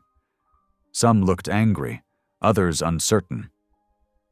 "Now see here," her father slurred, trying to dismount and nearly falling. "That's my property you're keeping, my own flesh and blood." "The flesh you traded for whiskey?" Enzo's voice could have frozen the creek solid. "The blood you were happy to sell?" Movement at the back of the crowd caught Vivian's eye. The traveling preacher had arrived, his black coat stark against the snow. His face was thunderous as he pushed through to the front. "This is an abomination," he declared, pointing at the cabin. "A young girl living in sin with a widower, handling his child without benefit of marriage. The Lord will not stand for such—" "The Lord?" Vivian's own voice surprised her, strong and clear despite her exhaustion. She stepped out beside Enzo, Joseph cradled in her arms. "The Lord is the one who led me here." The preacher's mouth opened, then closed. Something in Vivian's stance made him pause. "I heard a baby crying," she continued, her voice carrying to every ear. "A helpless child of God, starving and alone. Would the Lord have had me walk past? Leave him to die in the cold?" She took another step forward, and though her body trembled with fever and fatigue, her spirit seemed to glow. "The Lord gave me this family. He brought me to this place, to these people who needed me, to this child who needed a mother's love. The baby stirred in her arms, making a soft sound. Vivian's voice grew stronger. No man can tear apart what God has joined. Not my father, who threw me away like garbage. Not you, preacher, with your quick judgment and cold heart. This is where I belong. The morning air rang with silence when she finished. The preacher stood frozen, his face working through a storm of emotions. Vivian saw something crack in his rigid certainty, a hint of doubt, a whisper of grace. She waited, holding Joseph close, feeling Enzo solid as a mountain at her back. The town held its breath, watching the preacher wrestle with her words. His hand, raised to pronounce judgment, lowered slowly to his side. The preacher's lowered hand trembled. His face, usually stern with righteous certainty, twisted with sudden understanding. He turned slowly to face Vivian's father, who still swayed in his saddle. The sin here, the preacher's voice rang out, clear and terrible, is not in this girl's actions. The true sin stands before us in the form of a father who would trade away his own daughter for spirits. Gasps rippled through the gathered crowd. Several women crossed themselves, while hard-faced ranchers shifted uncomfortably in their saddles. Vivian's father's face turned purple with rage. "Now see here, preacher," he started, but the holy man cut him off. "No, you see here." The preacher's finger jabbed like a sword. "You sold your child, your own flesh and blood, to settle a whiskey debt. What scripture justified that? Wickedness?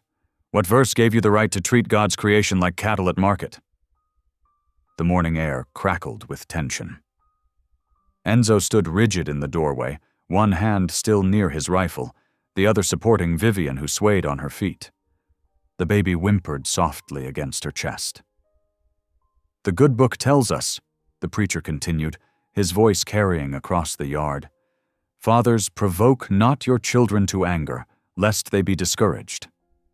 But you, sir, have done far worse.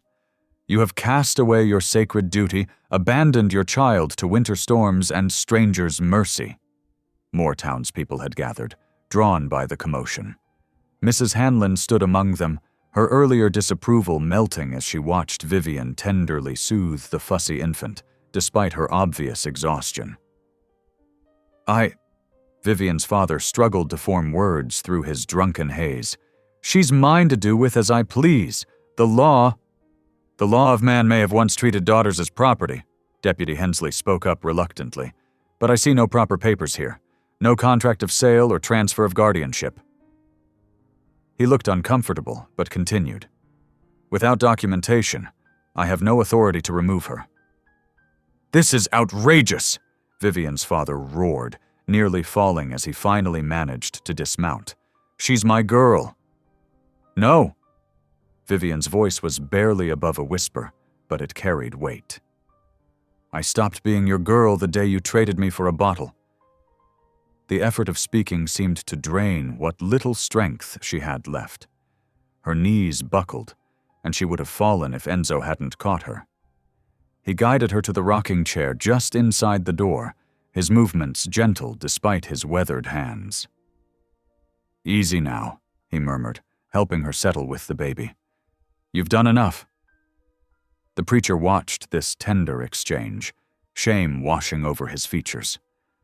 Removing his hat, he approached the cabin steps and knelt in the snow. "Miss Vivian," he said softly, "I must beg your forgiveness. I let prejudice and pride blind me to God's true work here. I saw what I expected to see, impropriety and scandal. But the Lord has opened my eyes to witness instead His divine providence." Vivian looked at him through exhausted eyes, her face pale with fever. "There's nothing to forgive, preacher," she managed. "You were protecting what you thought was right." "The Lord works in mysterious ways," the preacher continued, his voice thick with emotion. "He brought you to this child in need, to this man who required help but was too proud to ask. Who am I to question his plan?" Behind him, Vivian's father let loose a stream of curses that made several women gasp. He staggered forward, pointing an unsteady finger. "Damn all of you. he slurred. Think you're so high and mighty. I'll show you. That's enough. Deputy Hensley stepped between him and the cabin. You're drunk and disorderly. Again. Time you rode home before I have to lock you up. You can't. I can, and I will. The deputy's hand rested, meaningfully, on his gun belt. Now mount up and clear out. There's nothing for you here anymore. Vivian's father glared at them all with bloodshot eyes. For a moment, it seemed he might try to fight. Then his shoulders slumped, and he stumbled back to his horse. With help from one of the ranchers, he managed to climb into the saddle. Ain't heard the last of this, he muttered, yanking his horse's head around. Ain't finished at all. But his threats faded into the morning air as he rode away, leaving only the sound of Joseph's soft fussing and the creak of Vivian's rocking chair. The crowd began to disperse, moving in small groups down the snowy path. Many paused to nod respectfully toward the cabin. Mrs. Hanlon approached with tears in her eyes. If you need anything, child, she said softly, my door is always open. Vivian managed a weak smile of thanks. The preacher still knelt in the snow, head bowed in prayer. Finally he stood, brushing off his knees. I'll speak to the congregation tomorrow, he declared. Make them understand God's hand in this, and… He hesitated. If you'll permit me, I'd like to return, to properly baptize the child when he's well. Enzo's eyes widened slightly at this olive branch. He looked at Vivian, who nodded tiredly. We'd be honored, preacher, she whispered. The holy man bowed slightly and turned to go. Deputy Hensley lingered a moment longer. I'm sorry about all this, he said awkwardly. Just doing my duty, you understand? But seems to me duty's been satisfied here today. He touched the brim of his hat. Good day to you all. Soon the yard was empty of townspeople. Enzo shut the door against the cold, checking that Vivian was comfortable in the rocker. She looked ready to collapse, her face flushed with fever, but her arms remained steady around Joseph. A soft knock at the door made them both tense, but it was only Wachi. The Ute widow entered quietly, carrying a cloth-wrapped bundle that steamed in the cool air. I heard the commotion, she said, moving to the hearth. Brought medicine tea, good for fever and strength. She began unwrapping various packets of dried herbs and roots. Much obliged, Enzo said gruffly, helping Vivian shift Joseph so she could sip from the cup Wachi prepared. The older woman's dark eyes were kind as she watched them. You showed great courage today, she told Vivian, standing against those who would cage your spirit. She touched Vivian's hand gently. But you are not alone anymore. Never alone. Tears slipped down Vivian's cheeks as she clutched the warm cup. Thank you, she whispered. All of you, for believing in me. Wachi simply nodded and continued preparing the healing tea. Enzo moved silently around the cabin, building up the fire, while Joseph finally drifted into peaceful sleep in Vivian's arms. Outside, the winter sun climbed higher, making the snow sparkle like scattered diamonds across the yard where justice had finally been served. The cabin settled into an uneasy quiet after the morning's confrontation. Wachi remained, grinding herbs with practiced movements while muttering soft prayers in her native tongue. The rhythmic sound of pestle against mortar blended with the pop and crackle of the fire, creating a gentle symphony that belied the tension still hanging in the air. Vivian hadn't moved from the rocking chair, her exhausted form cradling Joseph close. The baby's whimpers had grown weaker, his small face flushed with fever. Enzo paced between the hearth and door, his boots wearing a path in the wooden planks. Here, Wachi said, presenting a fresh cup of medicinal tea. For the child. Must get him to drink, even just drops. Vivian's hands trembled as she accepted the cup. Thank you, she whispered, her voice hoarse from worry.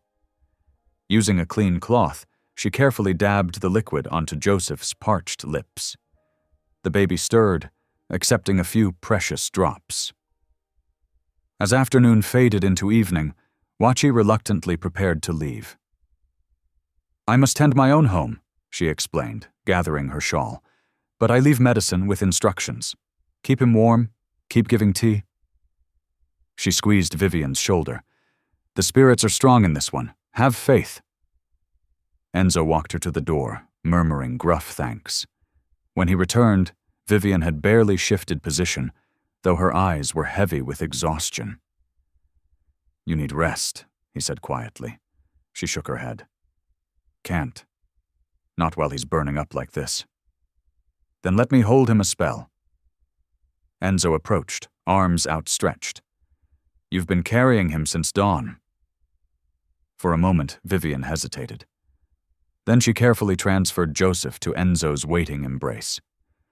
The baby fussed weakly at the movement, his cry barely more than a kitten's mew. "There now, son," Enzo murmured, settling into the chair by the fire. "Your pa's got you." Vivian stumbled to her feet, swaying slightly.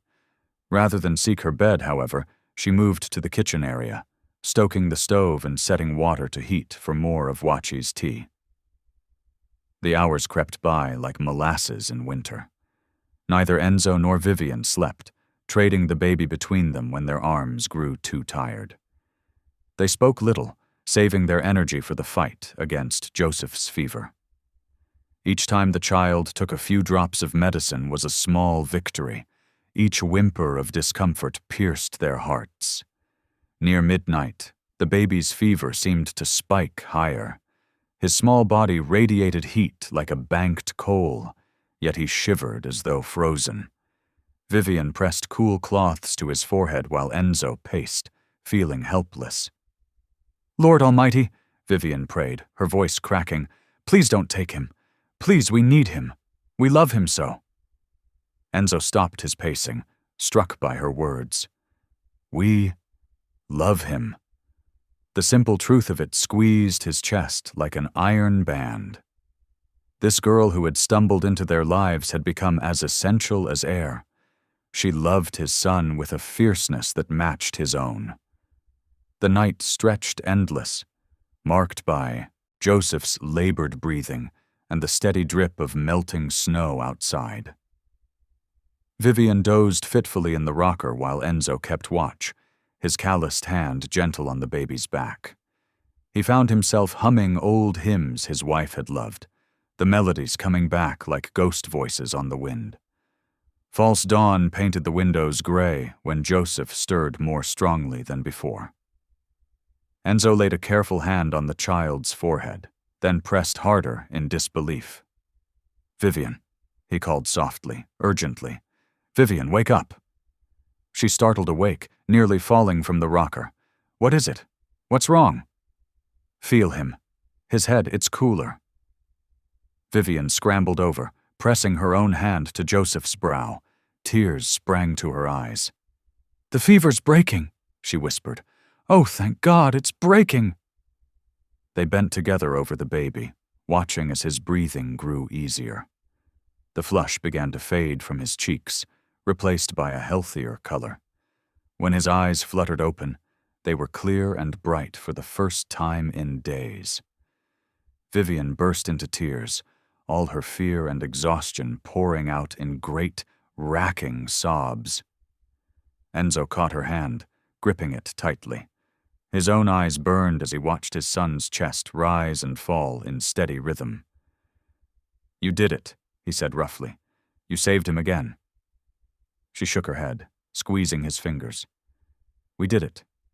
Together." The sun rose properly, flooding the cabin with golden light. Joseph, though weak, managed to nurse a little. His tiny fingers curled around Vivian's thumb as she fed him, making her smile through her tears. Enzo built up the fire and prepared a simple breakfast of cornmeal mush, though neither adult had much appetite. They were content to watch Joseph, marveling at each small sign of improvement. By midday, the baby was strong enough to fuss properly when hungry, music to their ears. As evening approached once more, Joseph dozed peacefully in his cradle. Vivian had finally succumbed to exhaustion, curled in the rocking chair with an old quilt draped over her. Enzo stood by the fire, staring into the flames as though seeking answers in their dance.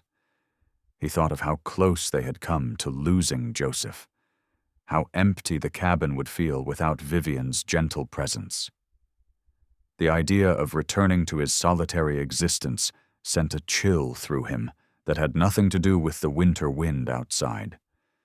This makeshift family they had created, it was no accident. God, or fate, or simple human kindness had brought them together. Now he knew with bone-deep certainty that he could not risk losing either of them again. His jaw set with determination as he watched the firelight play across Vivian's sleeping face. She had proved herself more than worthy of his trust, his respect, and yes, his love. She had faced down her own father, won over a hostile town, and fought death itself to save his child. She deserved more than the uncertain position of helpful stranger or temporary guest. The flames crackled and sparked, matching the resolve that burned in Enzo's heart.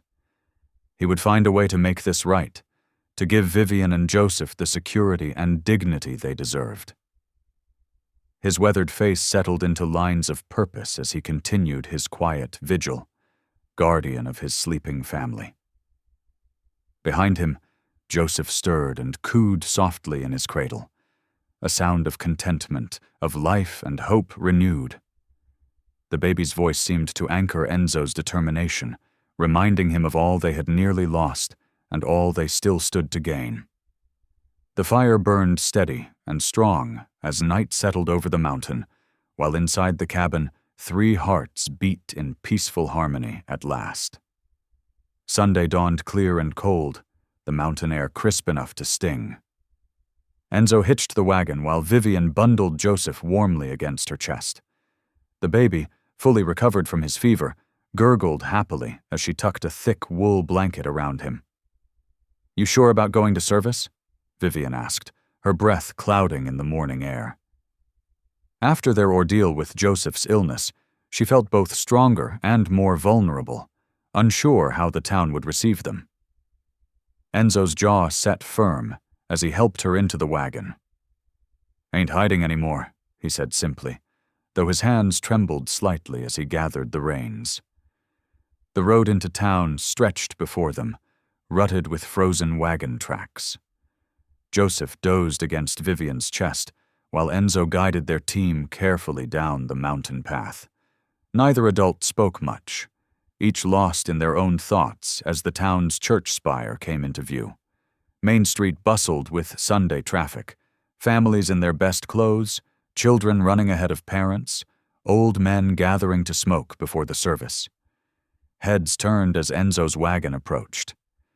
Vivian felt the weight of stares but kept her chin high, remembering how she'd stood her ground against her father. "Look there," a woman whispered loudly as they passed. "The mountain man and his girl." "Baby looks healthy enough," another responded, "after that fever and all." Enzo helped Vivian down from the wagon, supporting her elbow with gentle strength. Together they walked toward the church steps, Joseph beginning to stir and coo. The whispers followed them, but something had changed. Where there had been scorn, now curiosity tinged the murmurs. Where there had been judgment, now thoughtful looks passed between townspeople. Inside, they found seats near the back. The familiar sense of polish and prayer books surrounded them as the congregation settled. Vivian noticed Mrs. Hanlon, who had once been so disapproving, giving them an almost friendly nod. The preacher's wife smiled warmly at Joseph. The service proceeded as usual, hymns lifted to the rafters, scripture read in sonorous tones, the preacher's voice rising and falling as he spoke of God's mercy and love. Vivian felt peace settle over her, despite her awareness of sideways glances. Enzo sat straight-backed beside her, his presence solid and reassuring. As the service drew to a close, the preacher called for final prayers. But before he could begin, Enzo suddenly rose to his feet. His movement drew every eye in the church. "Begging your pardon, preacher," Enzo said, his voice rough but clear. "Got something needs saying." The preacher paused, surprised, then nodded. "Speak your piece, Brother Boone." Vivian looked up at Enzo, confused. His face was set with determination she recognized from their darkest moments during Joseph's illness. "Folks here know me as a solitary man," Enzo began, his words careful but firm. "Lost my wife, near lost my way. Then the Lord sent an angel to save my boy, and truth be told, to save me too." He turned to look down at Vivian, his eyes soft with emotion she'd never seen there before. "Miss Vivian May came to us in need, but gave more than she got. She's mother to my son in all but blood. And I stand here today to declare my intention to make her my wife proper." Gasps echoed through the church. Vivian's hand flew to her mouth, her heart thundering in her chest. Enzo wasn't finished. He reached down and lifted Joseph from her arms, holding the baby up slightly. "This here's my son, healthy and strong because of her care. She's my wife in all but name already. Has been since the day she saved him. I aim to make it right before God and man." The silence in the church was absolute. Then the preacher stepped forward, his face solemn but kind. "Brother Boone speaks true," he said. "We've all witnessed the Lord's hand in bringing this family together. Who are we to question his ways?" Vivian barely heard the murmurs that rippled through the congregation. Her eyes were fixed on Enzo's face, seeing the love there she'd been too afraid to hope for. He handed Joseph back to her carefully, then took her free hand in his. The preacher raised his hands for silence.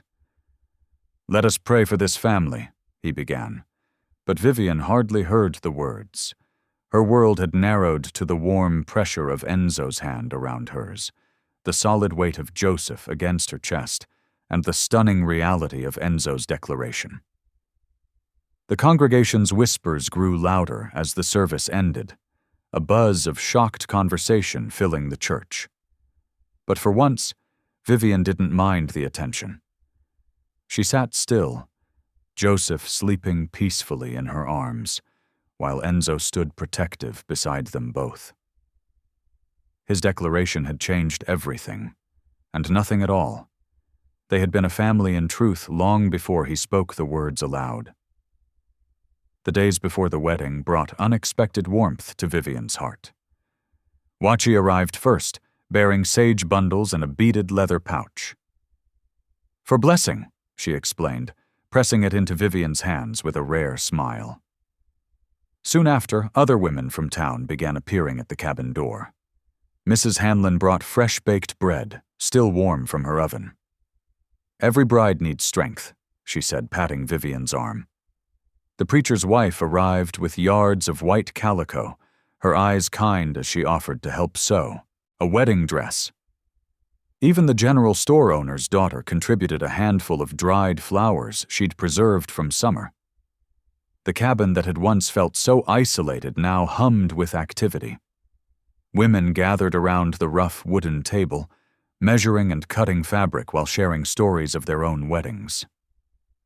Vivian worked alongside them, her fingers steady with the needle as the simple dress took shape. Joseph crawled between their skirts, cooing at all the attention. Enzo kept his distance from the feminine bustle, spending long hours chopping extra firewood and making repairs to the cabin. But Vivian caught him watching through the window sometimes, his expression soft with wonder at the community gathering around them. The morning of the wedding dawned clear and cool. Wachi helped Vivian dress, weaving small white flowers into her dark hair. The calico dress was simple but lovely, fitting perfectly despite Vivian's fuller figure. You are beautiful, Wachi said firmly, meeting Vivian's uncertain gaze in the mirror. A mother, a protector, stand proud. The little church filled quickly with townspeople. Vivian waited in the back room, heart pounding, until the first notes of the organ signaled her entrance. As she stepped into the aisle, her eyes found Enzo immediately.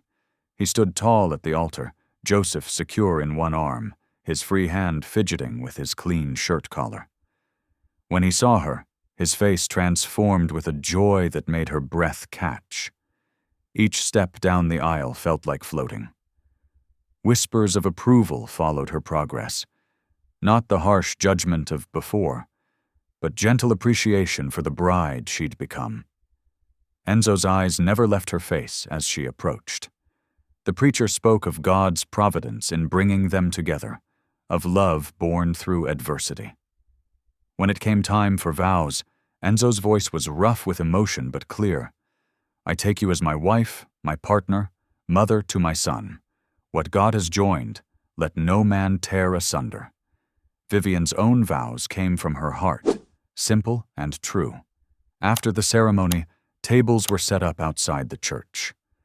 The autumn air carried the scent of pine and wood smoke as the community gathered to share food and celebration. Children played while adults talked and laughed. No one mentioned Vivian's father or his absence. He had chosen his path, and she had chosen hers. As evening settled in, lanterns were lit. Someone brought out a fiddle, and music filled the air. Vivian sat with Joseph sleeping in her arms, watching Enzo thank their neighbors for coming. Peace filled her heart, deep and complete. The path here had been hard, but looking around at the faces of those who had become family, Wachi, the townswomen, and most of all Enzo, she knew she was finally, truly home. Dawn painted the Colorado mountains in soft rose and gold. Inside the snug cabin, Vivian hummed as she moved about the kitchen, her skirts swishing against the wooden floor. The aroma of fresh coffee and frying bacon filled the warm air. In his new cradle near the hearth, little Joseph played with wooden blocks, occasionally letting out happy squeals that made his mother smile. The familiar crunch of boots in snow announced Enzo's return from the barn. He pushed open the door, bringing a swirl of cold air with him. Snow dusted his broad shoulders and clung to his dark beard. Stamping his feet, he hung his coat by the door and crossed to where Vivian stood at the stove. "Smells mighty fine in here," he said, pressing a gentle kiss to her cheek. His hands, rough from work but tender in touch, rested briefly on her shoulders. Vivian leaned into his embrace, savoring the moment of quiet affection. "Breakfast is nearly ready," she replied, turning to brush snow from his shirt. "The goat give you any trouble this morning?" "Ornery as ever," Enzo chuckled, moving to warm his hands by the fire. He paused to ruffle Joseph's hair, earning a delighted giggle from the boy. "But she's giving good milk now that spring's coming on." A knock at the door interrupted their morning routine. Wachi stood on the threshold, her dark eyes bright with excitement despite the early hour. Snow sparkled on her wool blanket as Vivian quickly ushered her inside. "I have news," Wachi announced, accepting the cup of coffee Vivian pressed into her hands. "The agency papers arrived yesterday. They have recognized our claim to the North Valley lands." Her voice held both pride and disbelief. "The treaty rights stand." Vivian clasped her hands together in joy. "Oh, Wachi, we knew justice would prevail." Enzo nodded solemnly. "It's about time they honored their word. Those lands belonged to your people all along." Wachi sat at their table, warming her hands around the coffee cup. "It would not have happened without your help. The letters, the testimony." She looked at Vivian with deep gratitude. "You gave voice to our cause when others would not listen." The morning light strengthened as they shared breakfast, talking of plans for spring planting now that the land dispute was settled.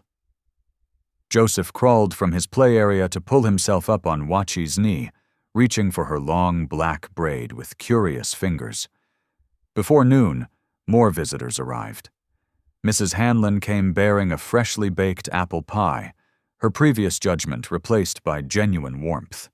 The Cooper family from the next homestead brought seeds for Vivian's garden, and news of a barn raising planned for the following week. Vivian stirred a pot of hearty stew as the cabin filled with neighbors. The once lonely shack transformed into a gathering place, rich with the sound of conversation and laughter. Even the preacher stopped by, bringing a family Bible as a belated wedding gift. "The Lord works in mysterious ways," he said, watching Joseph toddle between the visitors. "He brought healing to this mountain and to all our hearts." As afternoon shadows lengthened, Vivian added more wood to the fire. The stew bubbled invitingly, filling the cabin with savory aromas. Enzo brought extra chairs from the lean-to, making room for everyone to sit and share the meal. Stories flowed as freely as coffee around the hearth. Wachi spoke of her people's traditions, teaching Joseph to say simple words in her language.